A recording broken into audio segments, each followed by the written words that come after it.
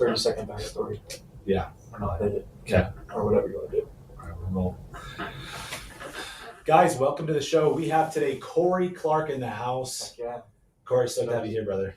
Stoked to be here. It's awesome. So guys, Cory is known as the sales therapist. I've gotten to know this guy pretty well the last month or so, and we've known each other for Connected kind of virtually over a couple of years, and then last couple of months, because now we're working in the same space. So. Yep. We're kind of forced to know each other. Yeah. And it's been a blessing. Now, here, guys, what's cool about Cory? There's a lot of great things with this guy, but we align on a lot of things. I can tell from belief in vulnerability, self-belief, conquering yourself, and not running from your problems and facing those head on.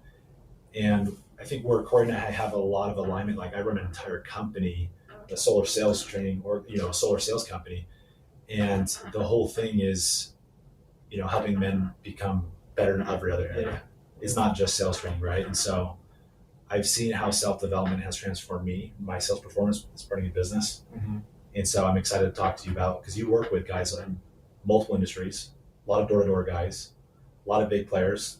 And, so I'm excited to talk to you, bro. Heck yeah, I'm excited too. It's funny that you say you've done this, like you've seen how big of an impact in your life this transformation, right? I think I saw virtually, like through social media, when you were making that transformation more.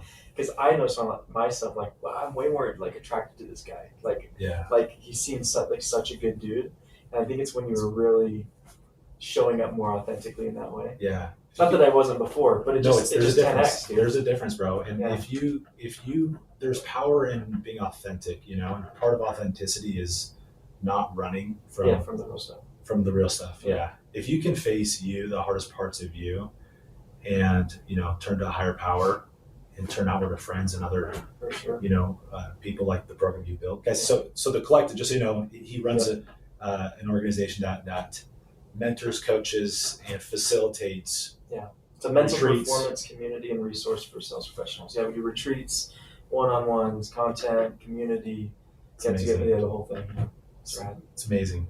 So I'm excited to jump into this, bro. So give us a 30-second rundown on everything. Okay, 30-second rundown, backstory, whatever.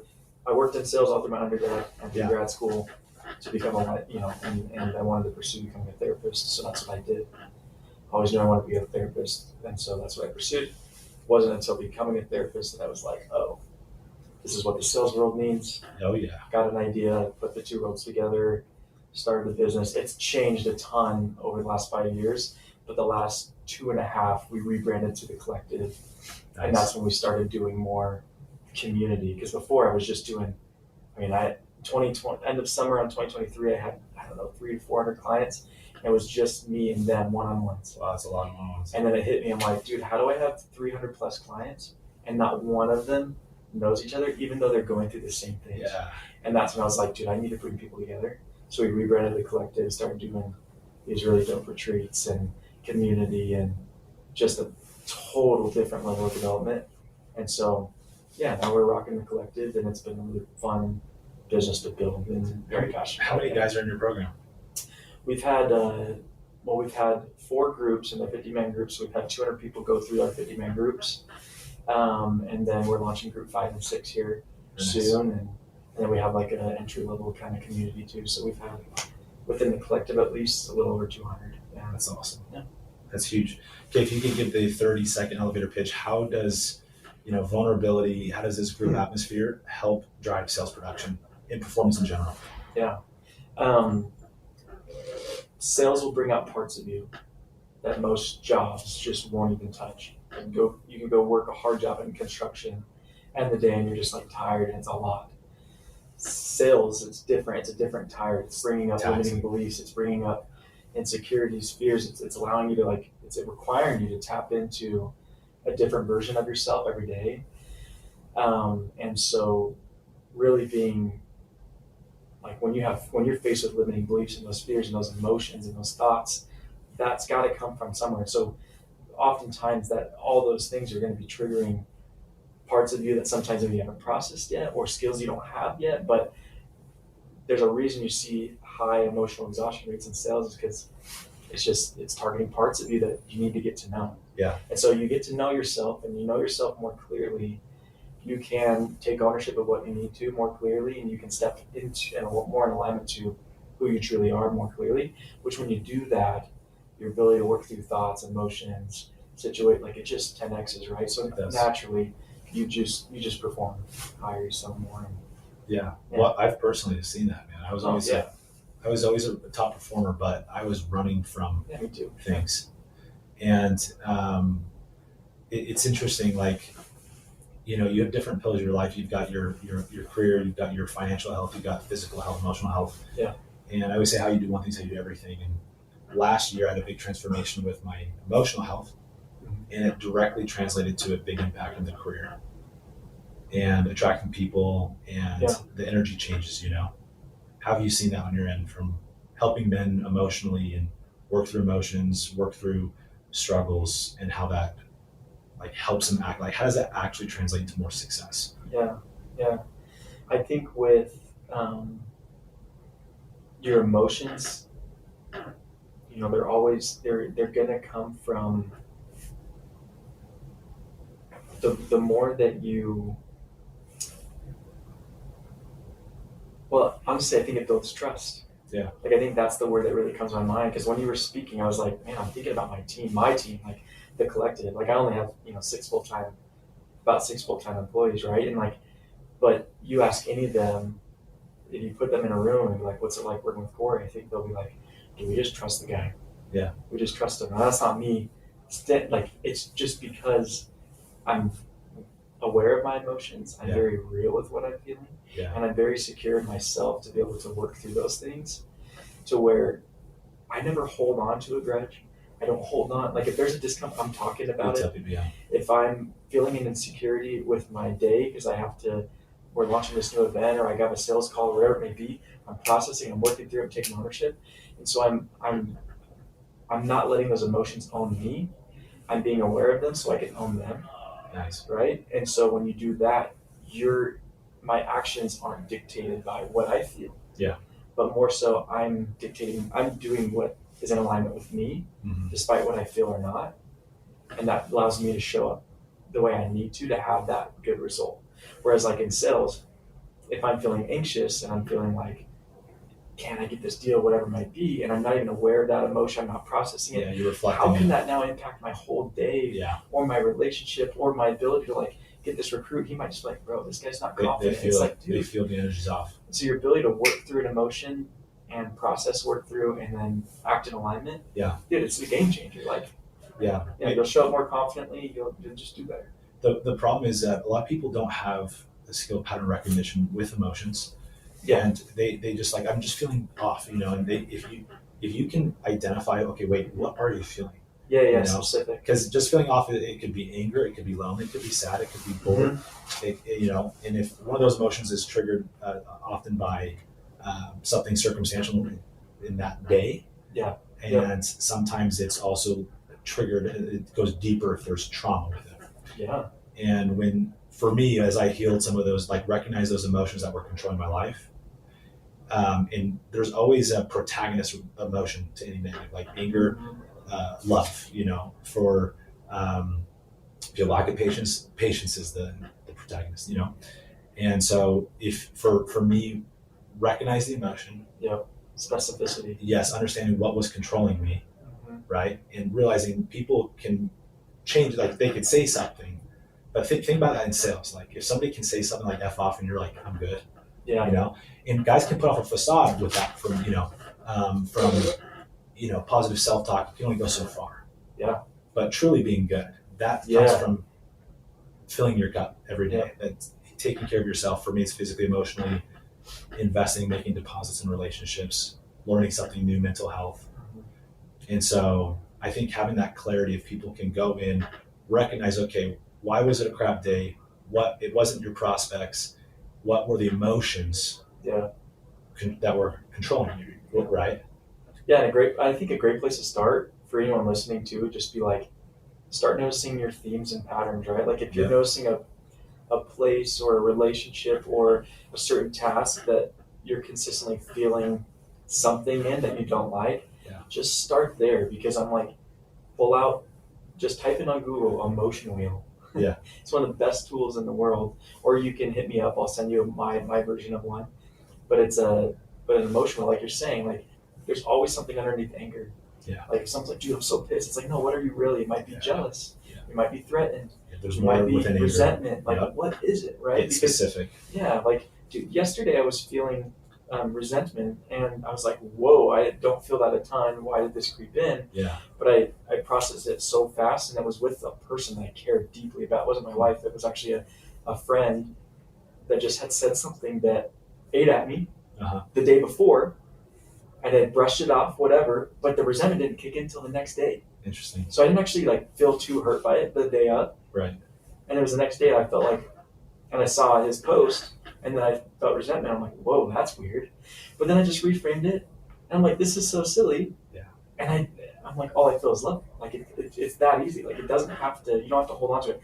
But you could see how that can turn into 3 weeks, 2 months, 5 months of you holding on to this silly emotion. It can control that you. like you could have let go. Yeah. But you just gotta pause and be aware and process. So I love that. Put on pause for 1 second, bro. I've got to shift. You hear this? Oh yeah, sure. These mics pick it up. I just realized that. So that's it'll ruin the whole podcast. Let me fix this, tighten this. Pause. Yours is squeaky. Shit. Didn't notice what. Hold on, let me actually. Yeah, we got to put some WD-40 or something, dude. Man, yeah. How far into it are we? 11 minutes, 30 seconds from now. Okay, 30.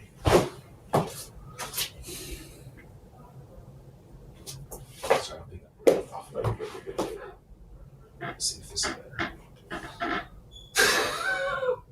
I can't move. I'm like frozen over here, bro. So if I'm like Steve stiff, I'm using World Easy, but there's no way around it. Okay, here we go. Let's just get cozy here. I'll just not move. Yeah, hopefully it doesn't pick up too much. It picks it up. I already know. I remember there was one podcast where everything, so I'm like, oh shit. That's the problem with these guys. Okay, so dude, talking about the emotional health, talking about this stuff. I know you're passionate about self-belief. Mm-hmm. Super. Why are you passionate about talking to specifically salespeople about self-belief? Yeah, well, salespeople are great people to talk about it because I think it's a value that they hold. Most people in sales, they value this concept, right? Of like, I see myself like, I think a lot of us value this like better version of ourselves that we want to tap into. And sales attracts a lot of people like, oh my gosh, I think I can do that.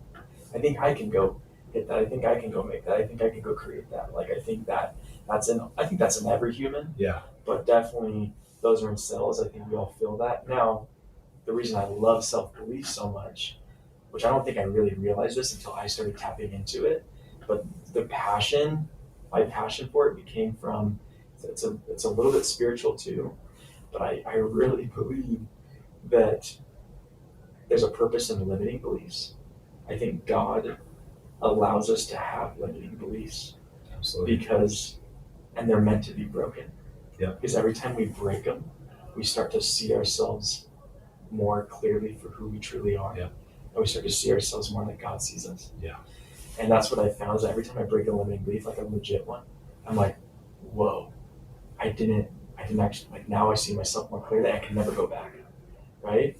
But then I realized, I'm like, oh, God's seen me this way the whole time. So even like the version of Cory right now, I'm like, I think God sees me differently than I see myself right now. Yeah, absolutely. And I don't even know what that fully is, but as I step into alignment to who I am and believe in myself, I start to see glimpses of like, dang, that's Cory. Yeah. That's crazy. Yep. That's so rad. Yeah. That's so special, right?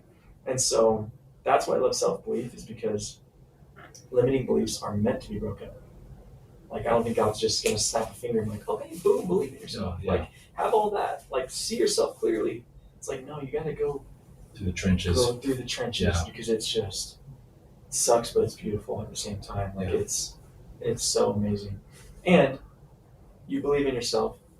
You're now expanding your ability to just live in alignment and help others and be exactly where you're supposed to be, wherever that's supposed to be. Yeah, exactly. Yeah. Why is you overcome one limiting belief? You realize to some degree that was controlling you in your life in some Totally. manner. And you realize, okay, once you realize it's all fake, it was all a lie. Yeah. And it was something that you accepted. It's like programming versus hardwiring. We think we're hardwired some way, but really we're programmed through our subconscious over time and repeated patterns of how we grew up, Yeah. who we're around. Right? There's some people Yeah. that think, oh, I can't be wealthy because of whatever reason, where I grew up, where I can't, they think it's just crazy to make $100,000 a month, where you go somewhere like Miami, Florida. It's like you're poor if you make that. Yeah. Or I could never post. I could never create content. I could never Exactly, do this business. yeah. I could never I can go out never and do be this. or ask healthy, my- fit. Yeah, I can't be successful in business. I can't have a good body at the same time. I can't Whatever be it is. Yeah, I've had tons of those. But there's beauty when you go through the adversity. You don't run from it, escape it. The solution for me, I've noticed, is don't run from the pain, because in that pain of adversity is when God can teach you how to overcome those limiting beliefs. And once you conquer, though, you realize, well, what else can I do? What's next? And if a man can think he can do something great, he will eventually achieve that. Yeah. We're our own worst enemy, but are also our best ambassador. But these limiting beliefs are the thing. Yeah. They're the thing. Yeah. So how do you help people shift from a limiting belief to an empowering belief? Yeah, I think you have to be aware of what the limiting belief is. Yeah. And really, like, the more specific, I think the better. Because once you're truly aware of what it is, then I think you have a choice. And the choice is, okay, am I going to lean in, or am I going to let it own me, right? Or am I going to go back to a comfort, right? And when do I want to really embrace this discomfort? Because I also think it's obviously very uncomfortable to break limiting beliefs, but there's that intentional discomfort where when you really embrace discomfort, you'll get in that threshold stage of like, oh my gosh, this is hard. But then you push through that, and there is this stage of discomfort where you're in the becoming stage, where it's this like battle between like, wow, this is really, really hard. And you'll have multiple moments where you want to give up, but then you'll have these moments where you almost feel like meeting the newer version of yourself. Yeah, it's like you're meeting the man you're becoming. I don't know how else to explain that, but I've had these moments where I feel like I've met the man I'm becoming, and he's like, dude, keep going. Like, Yeah. like I'm so proud of you, And if you go your whole life and you don't experience that, like, that sucks. It sucks, yeah. It sucks, right? I actually don't remember your full original question. But like, how do you turn from a limiting to an empowering belief? Yeah. So I think understanding it creates this purpose to lean in. Mm-hmm. You gotta know why you're leaning in, because it is hard. And then I love to teach the principle, like with my guys. I love to teach them about that discomfort stage, because when they're there, I love to just be like, dude, as long as you're in alignment, bro, you are right where you're supposed to be. Yeah. Because the pain won't be there forever, but you're like this close to a breakthrough. Yeah. When that breakthrough comes, boom, identity shift. Like, you can never go back, bro. Well, there's an interesting about psychology. The greater the pain, the greater the desire for change. Period. If you want someone to change, create pain. Yeah. And so, studying Tony Robbins and working through a lot of limiting beliefs myself, it was step one is identify, get clear what's controlling you. Yeah. And then step two is what is it costing you? Like, how is this hindering your life? And a lot of that is just the potential of where could you go that you're not. I always think of hell after this life, of God saying, hey, good job. You did an amazing job, but let me show you what I had in store for you, what you were supposed to do.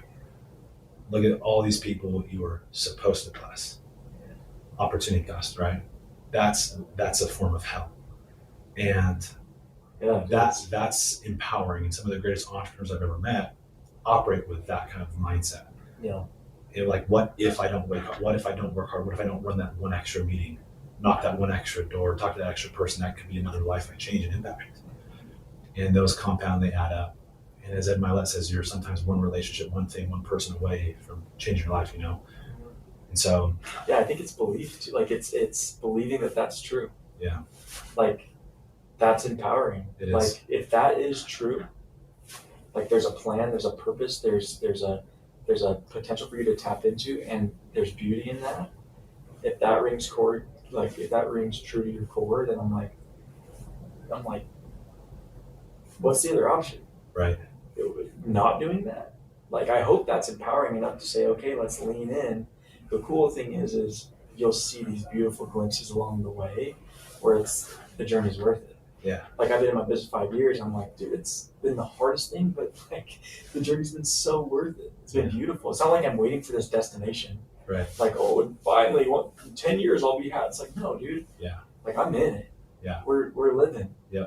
When you have that mindset, you win bigger, you know. Yeah. You remove expectations, you just appreciate, because that puts you in a state of abundance and more is gonna come to you. There's this thought that I share where I'm like, because people ask me like what your why is, you know, which I think mine shifted a lot, you know, and I think it's allowed to. Yeah. And right now, for me, there's this concept I hold in my mind where I'm like, I think I'll be 90 at some point in my life, and I'll look back when I'm 90 and I'll go, I could not have drawn that up. Yeah. I could not have drawn that life up. Yeah. There's no way. Yeah. Like I don't even actually know fully where I want to be in 10 years, 20 years. It's hard to tell. Like I just know I'll be right where I'm supposed to be. Yeah. And right now I know what I'm supposed to do in the next like 6 months to a year for sure. Yeah. I feel very guided in that. Yeah. But I'll look back when I'm 90 and like, dude, I couldn't have freaking drawn that up. It's hard to tell 10 years from now. I like that. What does Steve Jobs say? He said it's hard to connect the dots looking forward, but it's very easy looking back. Yeah. And you know, it's interesting. I try to think in terms of 5 to 10 years, but less of like what do I want to achieve and who do I want to become. Yeah. Because it's hard to know exactly what we'll be doing, what our companies, what our life will look like. But we can imagine who we are, how we talk, how we walk. If you can imagine on that, I feel like you attract a lot more success, and as long as and you'll be more fulfilled if you're focused on not just what am I getting, but how am I creating value and how am I empowering other people. Totally. Yeah, I feel like you can't go wrong with that mindset. Totally. Talk to me about alignment. You mentioned that was something big for you before we jumped on the show. Yeah, alignment's huge, man. That's like anyone in the collective, they're like, we talk about alignment all the time. Like that word is used every day. And it is important. I would say what I mean by alignment is so many guys in high performing jobs, especially if we're going to tailor this back to sales or entrepreneurship too, we place so much worth and value in goals or this or that or things, and it's just not that that's crap, because that's not. Yeah. But all of that is a byproduct to who you are. Yeah. Facts. It is. That will always be true. You'll get bigger stuff if you focus on the right. Yes. Yeah. You have to, if you're listening, you have to just believe that, and you got to give this theory a chance that all the money, the success, the relationships, the goals, the dreams, the whatever, it will come as you live in alignment to who you are. Yeah. Now, most people don't actually know who they are, right? And you can have influences in your life that have played an impact in who you are and have shown you amazing values, and some people are like, oh, like I'm like really tied, like some people tie their identity to their religion, right? It's like, dude, you're not who you like. Your religion is not who you are. Yeah. It's just not, right? Yep. Now, there might be some values within your religious beliefs that you are aligned with, that are like who you are, right? Yeah. But where you choose to worship is not your identity, correct, right? Your identity, I believe, is placed in values. Yeah. And so what I really like to do and is really help guys get very clear on what are your core values as a person, right? And I say 5 to 10 core values, and you're allowed to change them over time. You can add more values, you can take away some, but start somewhere, get really clear on your 5 to 10 core values. And then you get to ask, what does it mean to live in alignment to these values? Yeah. Because that's who you are. That's authenticity. It's huge. Right? And they've studied They're like, okay, of all these different things that people have talked about, when people are authentic, they communicate authentically, they are true to themselves, not caring to offend or appease. They vibrate differently, or in other terms, There's authenticity. they're more attractive because they've studied literally the amygdala in the brain. This is wild. Okay, this Harvard did a study, and when people who were deeply passionate about something that they believe they spoke from that passion, their amygdala is firing like crazy, more than normal. Yeah. And when somebody communicates in that way, the other person listening, their amygdala is also firing. That's the emotion. Dude, our amygdala's firing. They've been firing. So that's what happens when you talk to people that are hyper driven, hyper successful. They have a different energy about them. That's what it is. And they're attached to that, right? Like, as much as people could hate on Andrew Tate, it's a polarizing example. Oh, interesting. Like, he's very authentic. He doesn't give two shits about what people think. And so he just says it. That's why he's also very attractive to a large group, right? And so it's amazing when you can really stop. So many people live in stuff like trying to impress somebody. Yeah. But if you can just be at peace, this is the beauty of, I think, spirituality and the self-work is you don't need to appease anybody. If you just need to conquer you. If a man can conquer himself, he will win the sales, he'll win the prospects, you'll win in business. Yeah. It's all easier, you know? Yeah, I think the biggest caveat with values-based living, which essentially is just living in alignment to your values, which is this concept of alignment, and that's where you can put worth and all that stuff, right?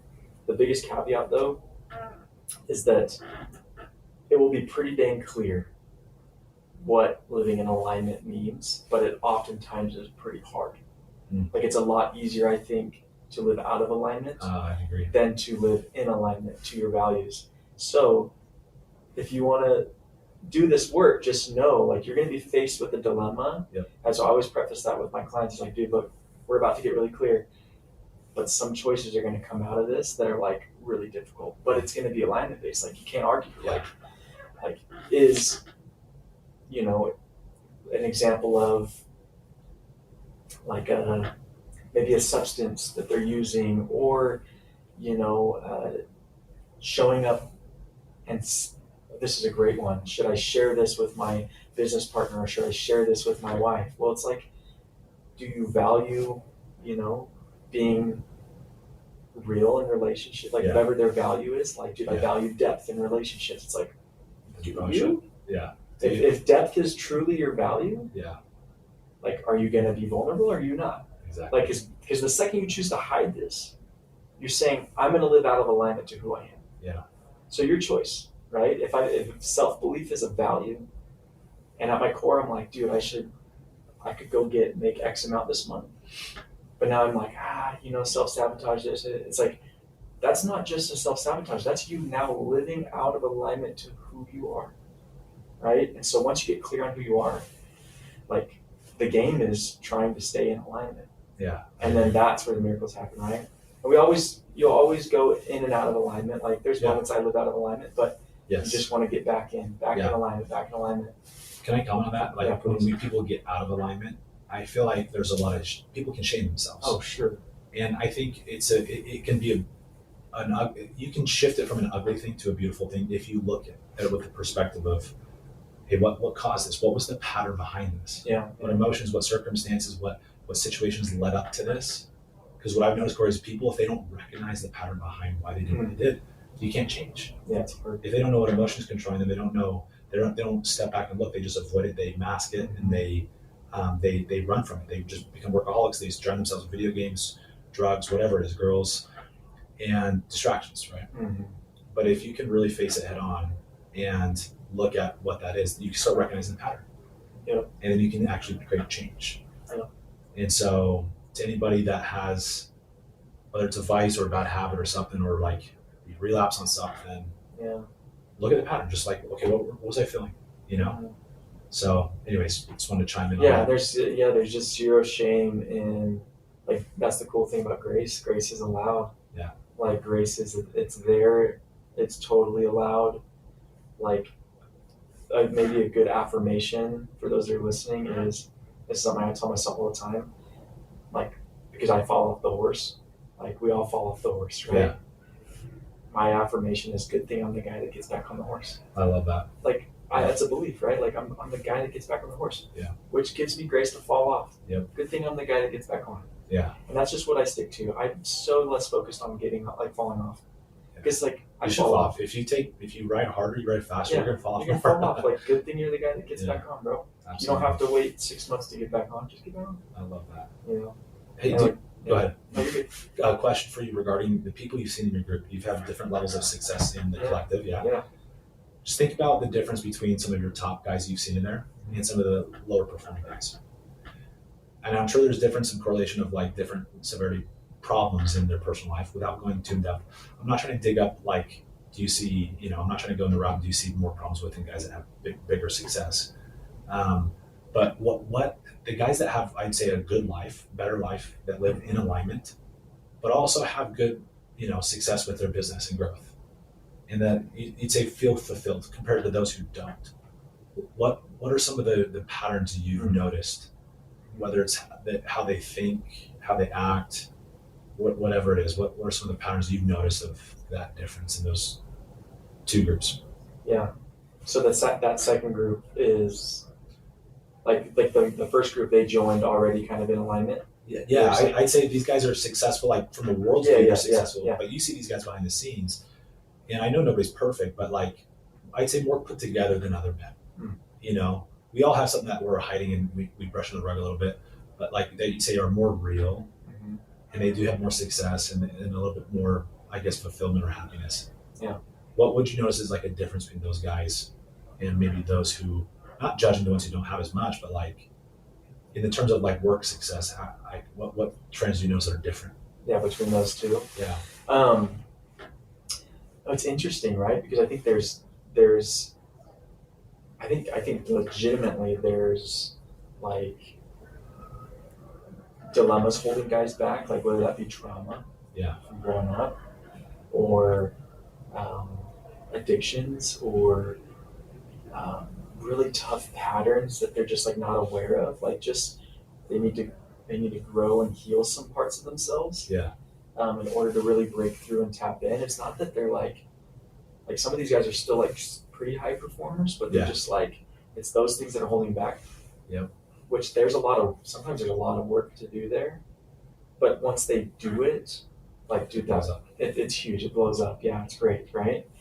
And then you get these guys too where maybe they don't have a massive amount of trauma, like those type of things. They're already like decently high performers. They come in whatever, but they're still holding on to like this mask. Yeah.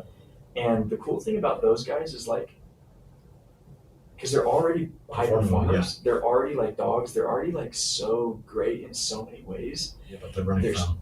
Yeah, they're just running from a few things, and a lot of the times those things aren't like crazy deep. Like sometimes they are like rooted in like a really heavy trauma. By heavy trauma, I'm talking like sexual assault, like tons of abuse, like just there's some heavier trauma, upbringing stuff, parent stuff, whatever. Like there's some guys that have been through some really tough things. But this is like, I'd say still trauma, but maybe not like they were sexually assaulted, right? It's more just little things, little limiting beliefs and things that were carried along the way that maybe have created a mask, or now they're coping in a certain way, whatever. Yeah. But they're already high performers. So once they take that full mask off and they're like, whoa, I'm really authentic for the first time ever. Like I'm truly allowing myself to be seen for the first time. I mean, I've had business owners in our group just like for the first time ever be like, oh yeah, I'm addicted to pornography. Yeah. And then like, dude, I've never shared it with anyone, you know? It's healing for them, dude. Or whatever it is that they're coming and saying, it's right? Like the metamorphosis begins. And it is like change, because they're already so high level, and this was like the last little piece to just like blow them up. And their business will follow with that. Yeah. It always does. It always does. It's only a matter of time. If they stay truly authentic to that, keep growing. And I'd say like they're healing. They're not as much in like they don't stay as long in the healing phase. Then they're focused more on like alignment phase. Whereas sometimes this party, the healing phase can take some time. A long time, yeah. To where there's just a different level of therapy growth, that's needed, which isn't bad. It's just that's part of their story and It is. their life, You know, it's interesting with people who have, the business world and the sales training world will come in and try to solve their problems and say, you need better sales training, you need to ask better questions. And, I'm stepping up in the industry, basically calling bullshit on it and saying it doesn't matter if you give the best question sequence, the best training, the best patterns, the best nonverbal training. If the guy himself is radiating insecurity, doubts, limiting beliefs, it doesn't matter. He's walking, talking billboard. Yeah. You know what I mean? Imagine a battered up piece of crap billboard that, but you got the best one-liner ad on there. It doesn't matter. It doesn't matter. And so that billboard that's what I call certainty. It comes from how you live your life. Confidence comes from what you say, how you say it, right? The training, the know how to. The conviction comes from who are you? How do you live your life, not what do you say? It's that authenticity. It's that alignment that you're talking about. I say I'm going to be this. I feel like I'm this, and then do you act in accordance with that? Yeah. And people feel that. It's real. Yeah, they do feel that. It's real. And so you were mentioning something about healing for men and that guy that, just guys when they open up. For me, overcoming pornography and that whole journey, I remember studying about something Paul said in the Bible. He said, Jesus doesn't heal us from confession. He forgives us, right? He's a power to forgive. But confessing other men is actually what heals us. It literally says that in the Bible. I didn't know that. Yeah, it's in the New Testament. Wow. Yeah, it's in one of the epistles that Paul wrote. So I need to memorize which one it is, but that's beautiful. Yeah. And it fosters vulnerability, when we're real. Because step one to overcoming anything is admitting, it's the truth will set you free. And if you mask it, you're never going to change, Yeah, you will. And so that's what I love about those groups and what you do is you foster vulnerability, you foster. Yeah, it's the most real environment. But I always tell guys when they're on their intro call, I'm like, this will be the most real environment you'll ever be in with each other guys ever. That's awesome. And they're like, and I'm like, I know that's not very attractive, but I'm like, I'm telling you, it'll be your favorite part. Yeah, that's so cool, Cory. That's so awesome. Thanks. It is powerful. It is, dude. It is. So I want to wrap this a little bit. If you could give a tip related to this topic we're just talking about, with basically talking about self-developing, healing, growing, being in alignment with yourself, knowing who you are, knowing your core values, understanding with your emotions that control you.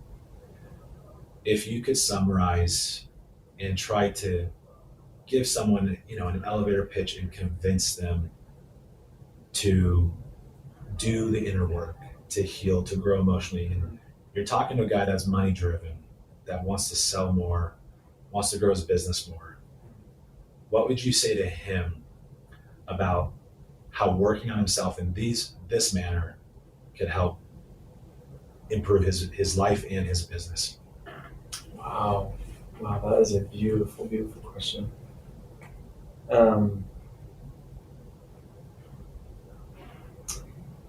I think what I would say is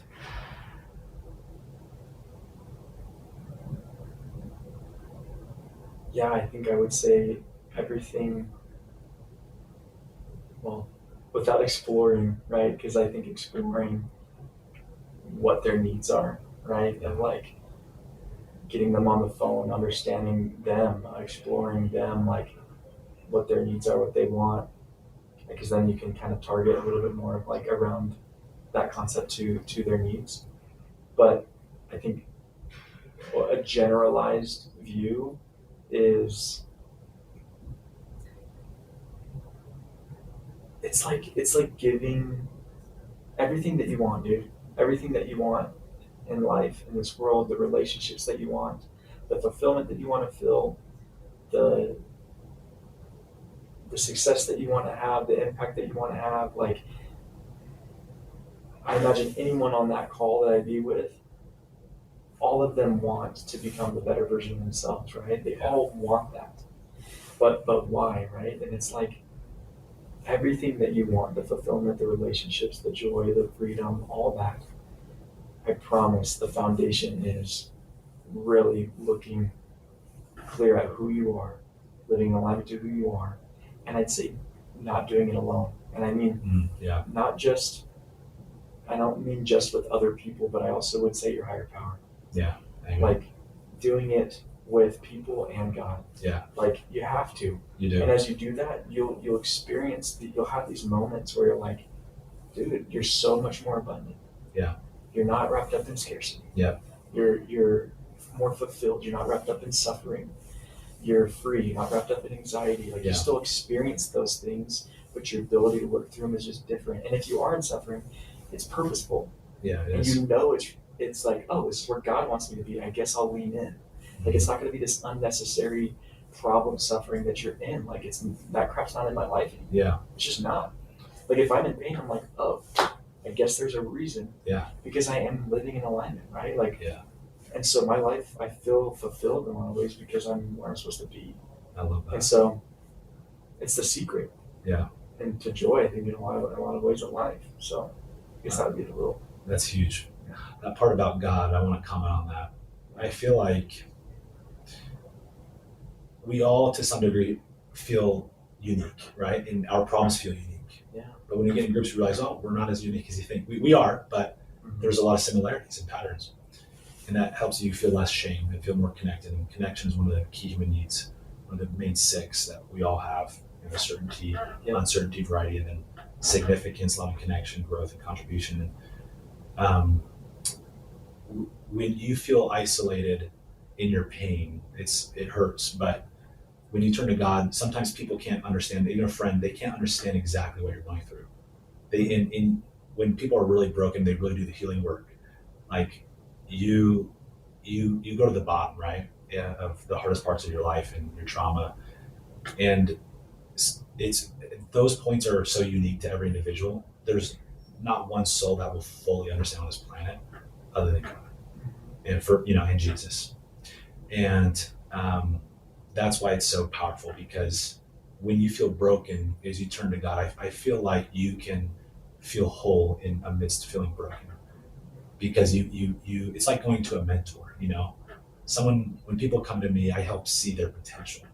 I see them on the other side of growth and execution, discipline, and systems and structure in their life, right? Certain habits that they can't even see themselves. And my mentors have done the same for me. Mm-hmm. That's what I feel like is the beauty. When you feel so shattered, so broken, and you have a relationship with a higher power, sometimes other people can't help you see that. But that relationship is so critical, because it's the exact belief you need to take one step and put in front of the other and see there's a brighter future for you. I'd say that's the purposeful pain. Yeah. That's like because these 5 years, like there's been some sucky moments for sure. Yeah. I feel like I just got out of one. Yeah. But it was like just purposeful pain. Like I can't sit here and say it wasn't meant to be. I'm like, dude, I was totally supposed to be in that pain, and I did it with God. Yes. It's like that one step more mentality that you trust. Yeah, dude, I've been through so much with divorce and my kids in custody, and I've been so blessed now. But I anytime I face adversity now, I'm thinking, okay, God, what do you want me to learn? Yeah. Because I wouldn't go back. If I could go back and change my divorce and everything, I wouldn't change a thing. I wouldn't change a thing, because I've seen how much that pain has catalyzed growth within me. It's expedited the growth. That growth has expedited a whole different life for me. I wouldn't have half of what I have without the pain. Wow. Another thing I learned from pain is inevitable, but suffering is a choice. Mm-hmm. You could be going through it, and I was at some of my happiest moments of gratitude and peace. Yeah, isn't that crazy? At the bottom. And it's a choice. It's a choice, and you have to every day shift the focus from not what am I lacking, because that's usually what it is. Something's wrong. What do I not have? Shift it to what do you have? What's going for you? And that is the beginning. That's the first domino of momentum, of great energy, of attraction, of transformation. Yeah. So going back to that, that's why it's so important to have that relationship with God, is because sometimes you can't see things put together when it's broken. You can't. It's huge. Yeah. I believe that too, for sure. Yeah. Well, I love what you're doing, brother. You're on a mission. It's a man on a mission. Hey, sales therapist on Instagram, yeah, right? The sales therapist, yeah. Okay. Yeah. Any last words for the audience? No. I guess if you ever feel a pull to really work on yourself in a whole different way, this is the place. We're doing it in a very special way, and it works. and you'll get real and you'll take ownership. Well, that's the part I can't do for you. Yeah. But we create a very meaningful environment and successful environment for guys to be able to take ownership in. It's amazing. And I've been in different groups. And I know how hard that is to do. Yeah. And just hearing you talk about it, I can tell what you're doing is working. Thanks. And hearing the testimonies of growth. So, guys, if you want to do something hard, breakthrough, this is the thing. So go give Cory a follow. Cory, thank you for coming on, having the deep talks, and excited for more, bro. Thanks, bro. Let's go. It's good. Wow, bro. I feel like I was like quadriplegic, just like can't move. I'm usually like loosey chill. I'm like you can hear every single squeak. We had to like literally not even post a podcast. One of them was so bad. Oh.